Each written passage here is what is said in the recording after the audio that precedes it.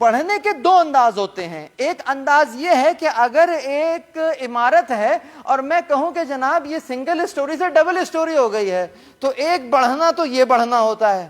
ایک پودا ہے 6 مہینے کے بعد اتنا تھا اب اتنا بڑا ہو گیا ہے.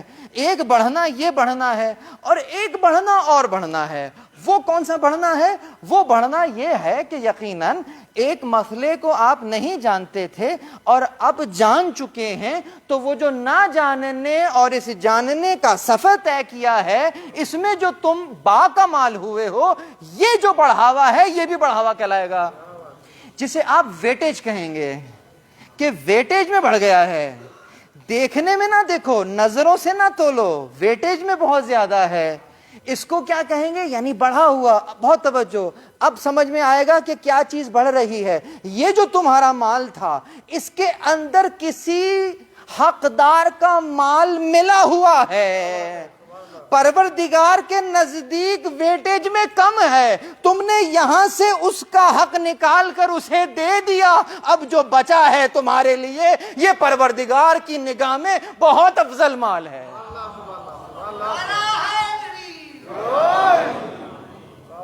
اب سمجھ میں آیا کہ زکوٰۃ کچھ کم ہونے کا نام نہیں تھا, بڑھنے کا نام تھا. یعنی ایسا مال کہ جس میں سے حقوق ادا کر دیے ہوں, پروردگار کی نگاہ میں محبوب ہے. پروردگار کو مال نہیں چاہیے تھا, یہ مال تو دیا ہی اسی نے تھا. تم نے اگر اس کی راہ میں دے بھی دیا تو کیا کمال کیا؟ جان دی ہوئی اسی کی تھی. حق تو یہ ہے کہ حق ادا نہ ہوا. حق کیسے ادا کرو گے؟ یہ تو اس کا لطف ہے. اب لطف سمجھ میں آ رہا ہوگا. یہ تو اس کا لطف ہے کہ اس نے تمہارے مال میں جو تمہارا نہیں تھا اسی نے دیا تھا, لیکن اس مال میں کسی کا حصہ رکھا تھا. وہ چاہتا یہ ہے کہ تم اپنے ہاتھ سے وہ حصہ نکال دو. بہت توجہ, قانون ہے. کل میں نے آپ کو بیولوجی کی ایگزامپلز دی تھیں, زولوجی کی ایگزامپلز دی تھیں, اور ماشاءاللہ آج آپ پھر وہیں پر موجود ہیں. اس کا مطلب کل کی بات سمجھ میں آئی ہے. تو اگر کل کی بات سمجھ میں آئی ہے تو یہیں سے ایک اور بات کر دوں. یہ جو قانون ابھی میں بیان کر رہا ہوں, جو تم نے نکال کر وہاں دیا ہے, یہ کوئی نیا قانون نہیں ہے بیٹا. یہ وہی قانون ہے کہ جیسے یہاں پر اگر آپ ایئر فریشنر کرتے ہیں تو تھوڑی ہی دیر پر وہ جو دروازے پر بیٹھے ہیں اس کی خوشبو محسوس کریں گے. یہ کیا تھا؟ یہ تھا law of diffusion.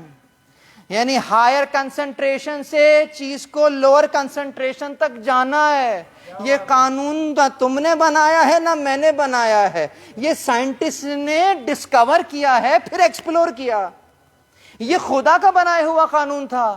Higher concentration سے لوور کنسنٹریشن.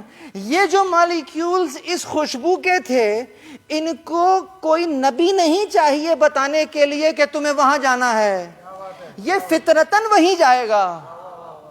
یہ فطری قانون ہے. لیکن یہ تمہارے پاس ہائر کنسنٹریشن جمع ہو گئی ہے, ہم چاہتے ہیں کہ یہ خود سے اڑ کر وہاں نہ جائے, تم خود اپنے ہاتھ سے نکالو.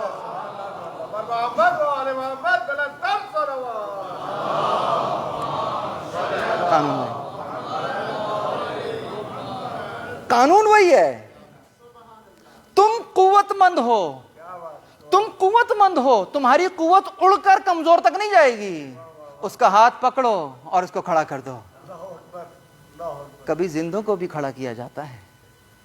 کسی شاعر نے کیا خوب کہا ہے, اٹھانا خود ہی پڑتا ہے, تھکا ٹوٹا بدن اپنا. اٹھانا خود ہی پڑتا ہے, تھکا ٹوٹا بدن اپنا, کہ جب تک سانس چلتی ہے کوئی کاندھا نہیں دیتا ہے. تو کبھی دوسروں کو بھی اٹھاؤ, کبھی زندوں کو اٹھاؤ. زندوں کو تو ہم نیچے کر دیتے ہیں, مردوں کو اٹھا لیتے ہیں. تو ایسا نہیں ہونا چاہیے. تو کیا ہوا؟ یعنی تمہارے پاس قوت تھی, آؤ ذرا ناتواں کو اپنے پیروں پہ کھڑا کر دو. پروردگار یہ چاہتا ہے. اور جب تم یہ کرو گے تو یقیناً اس کی تو مدد ہو رہی ہے. در حقیقت تم اپنے کمال کو حاصل کر رہے ہو خود اپنے اختیار کے ساتھ. بس اس انداز سے کیا کہا؟ زکیہ, پاک. یعنی کہ جو پاک ہو, جو پاکیزہ ہو, جس نے خود کو خالص کیا ہو. کس کے لیے؟ پروردگار کے لیے. صرف اس کے لیے. ایسی شخصیت کے جو ذکیہ ہو, جس نے فقط اور فقط پروردگار کو ہی سامنے رکھا ہے, جو کام ہے فقط اسی کے لیے ہے. اگر روٹیاں بھی دے رہی ہیں تو اسی لیے دے رہی ہیں کہ لا نرید منکم جزاء ولا شکورا, نہ تم سے کوئی جزا چاہتی ہوں نہ کوئی شکریہ. میں نے مؤنث کا صیغہ استعمال کر دیا, جبکہ قرآن میں تو جمع کا صیغہ ہے, لیکن تذکرہ ان کا ہو رہا ہے, اس جمع میں یہ شامل ہیں. لا نرید منکم جزاء ولا شکورا. سورہ دہر, اور کیا کہوں, آج شعر بہت یاد آ رہے ہیں اس انداز سے. سورہ دہر آیا, کیا کہا, سورہ دہر آیا, یہاں پہ روٹیاں دے دیں, وہاں روٹیاں پہلے دی ہیں یا سورہ دہر پہلے آیا ہے؟ قرآن بعد میں آیا ہے. اسی لیے شاعر نے کہا کہ عرش اعظم سے چلا طرز سخاوت دیکھ کر. عرش اعظم سے چلا طرز سخاوت دیکھ کر, دہر کا سورہ باعث و شان نیچے آ گیا. دہر کا سورہ باعث و شان نیچے آ گیا. دست زہرا کی لطافت, نفس زہرا کی کشش, روٹیاں اوپر گئیں, قرآن نیچے آ گیا.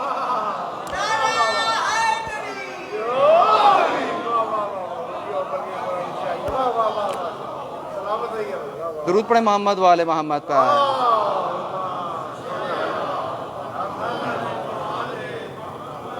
یہ ہے گھر. عمل پہلے ہے, قرآن بعد میں آیا ہے. قرآن بعد میں آیا ہے. ذاکیہ, ذکی, خالص. یہ جب خالص, یہ خلوص ہے تو اب کیا نظر آئے گا, بہت توجہ. یہ خلوص کیوں ہے, یہ پاکیزگی کیسے ہے؟ جب یہ پاکیزگی اختیار کر لی, پروردگار نے کہا راضیہ ہے. پروردگار نے کہا راضیہ ہے, یعنی کہ کیا, یعنی پروردگار کی عنایت پہ راضی ہے, پروردگار سے راضی ہے. اچھا, پروردگار سے راضی ہے, ہمہ وقت راضی ہے. یقیناً ہم راضی ہو جاتے ہیں, بہت سارے لوگ راضی ہو جاتے ہیں, رضی اللہ ہو جاتے ہیں, لیکن پلٹ کر دیکھو کہ وہاں سے بھی رضاعت ملی ہے نہیں ملی ہے؟ تو راضیہ تو ہے, لیکن فقط راضیہ نہیں ہے. ایسی راضیہ ہے کہ پروردگار بھی اس سے راضی ہے, مرضیہ بھی ہے. اب مرضیہ کیوں ہے؟ اسی لیے پروردگار, اسی لیے مرضیہ ہے کہ جو ایسا ہے جس نے خود کو خالص کیا ہے اس کے لیے تو پروردگار اس کی سعی کو ضائع نہیں کرتا, سعیکم مشکورا کہہ کر شکریہ کرتا ہے. علی الاعلیٰ شکریہ ادا کرتا ہے. بس آج موقع نہیں ہے کہ مزید بات کر سکوں, اگر آگے مطالب اور بھی ہیں. تو یہ ہے ذکیہ, یہ ہے مرضیہ, اور یہ ہے راضیہ. تو گویا مرضیہ اور راضیہ ہونے کے لیے ذکیہ کا ہونا ضروری ہے. جب ذکیہ ہوگا تو پھر ذکیہ کا نتیجہ یقیناً راضیہ ہے, اور راضیہ کا نتیجہ یقیناً مرضیہ ہے. اللہ اکبر.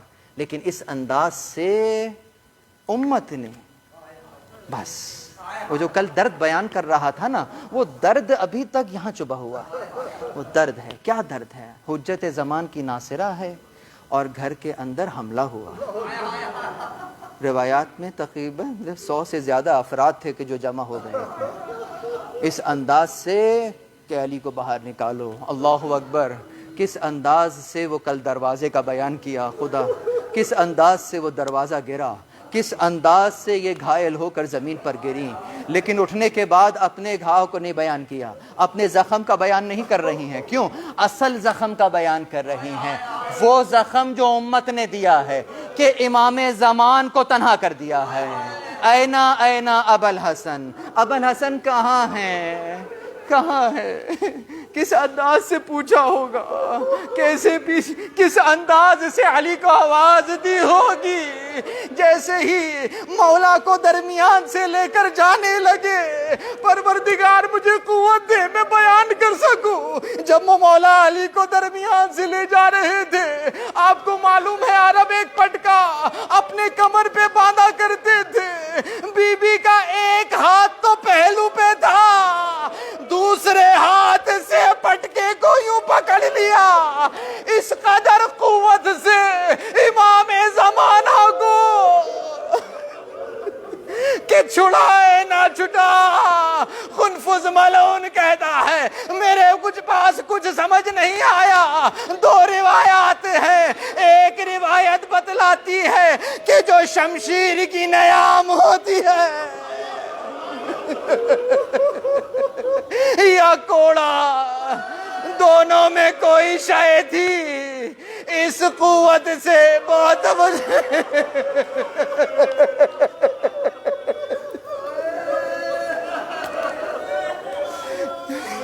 شہزادی کا ہاتھ تو پٹکے پہ تھا نا، یہ مولا کو لے کر جا رہے تھے. ارے جس میں نازنین زمین پر خط دیتا ہوا وہاں سے کوڑا چلا یا وہاں سے شمشیر کی نیام چلی، ہاتھ پر اس انداز سے لگی کہ پھر اس ہاتھ سے بھی تسبیح نہیں.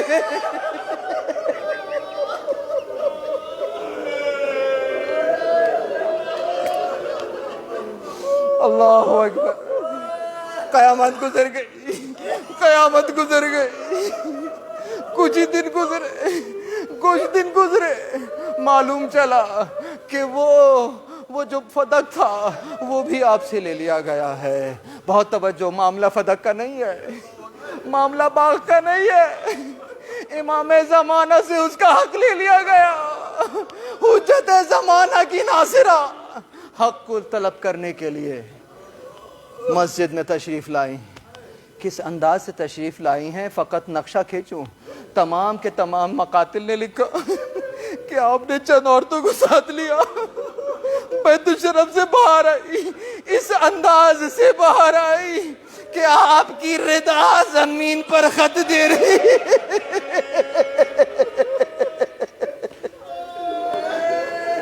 ردا زمین پر خط دے رہی تھی. جانتے ہیں ردا زمین پر کب خط دیتی ہے؟ جب کھڑا ہونا مشکل ہو.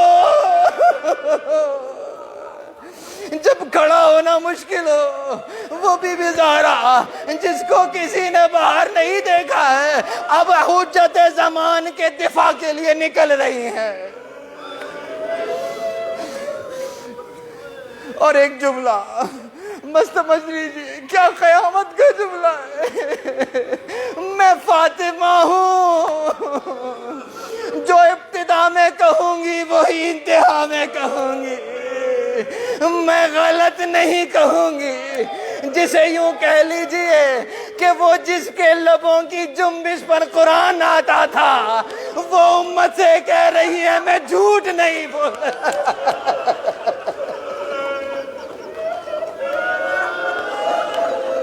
یا امام زمانہ، یا امام زمانہ، دیکھیے آپ کے جدہ کے لیے وہ فاطمہ، دیکھو میں جھوٹ نہیں بولتی. ہم گواہی دیتے ہیں نبی کی بیٹی سچی ہے، نبی کی بیٹی نے سچ کہا ہے. اللہ اکبر. لیکن دربار سے خالی ہے. میں نے سارے میں نے تفصیلات چھوڑ دی، لیکن بس ایک جملہ سمجھیے گا. میں نے علماء سے سنا کہ جب گھر واپس آئی ہے تو جب کسی نے پوچھا کہ آپ کو حق مل گیا، جواب تو نہ دیا، ذرا چادر کو سرکایا، کیا دیکھا سر کے بال سفید ہو گئے. جب بی بی زینب پر نظر پڑی ہے تو 4 سالہ بچی کو گلے سے لگا لیا. میں کہوں گا ذہن میں کوئی دربار آیا ہوگا. ارے اگر مسجد نبوی میں بال سفید ہو گئے ہیں، خدا معلوم شام کا دربار، ارے شرابی کا دربار کیسا ہوگا. بچی کو دیکھ کر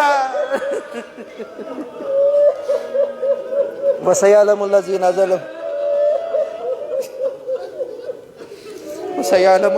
ظَلَمُوا أَيَّ مَنْقَلَبٍ يَنقَلِبُونَ. جن لوگوں نے ظلم کیا ہے انہیں عنقریب معلوم ہو جائے گا کس جگہ لوٹائے جائیں گے. پروردگار تجھے واسطہ محمد اور اہل بیت محمد علیہ السلام کا، امام زمانہ کا جل ظہور فرما پروردگار، تاکہ وہ دادی زہرا پر ہوئے ظلم و ستم کا انتقام لے سکے.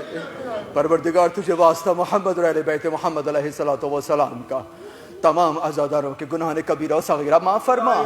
پروردگار جتنے لوگ اس وقت سن رہے ہیں ان کے گزشتگان کو مرحوم اور مغفور فرما۔ شہدائے ملت جعفریہ کے درجات عالی ہیں متعالی فرما۔ پروردگار جو بے روزگار ہیں انہیں روزگار عنایت فرما، جو برسر روزگار ہیں انہیں بہتر روزگار نصیب فرما۔ پروردگار تجھے واسطہ محمد اور اہل بیت محمد علیہ السلام کا بی بی زہرا کی معرفت نصیب فرما۔ پروردگار ہمارے امام زمانہ بالکل ویسا ہی ہے جیسا ہم چاہتے ہیں۔ پروردگار ہمیں ایسا بنا دے جیسا ہمارا امام زمانہ چاہتا ہے۔ پروردگار امام زمانہ کے دل کو ان کے ظہور کے ذریعے سے شاد اور خوشنود فرما، ہمیں ان کے آوان اور انصار میں سے قرار دے۔ ربنا تقبل منا انک انت السمیع العلیم برحمتک یا ارحم الراحمین۔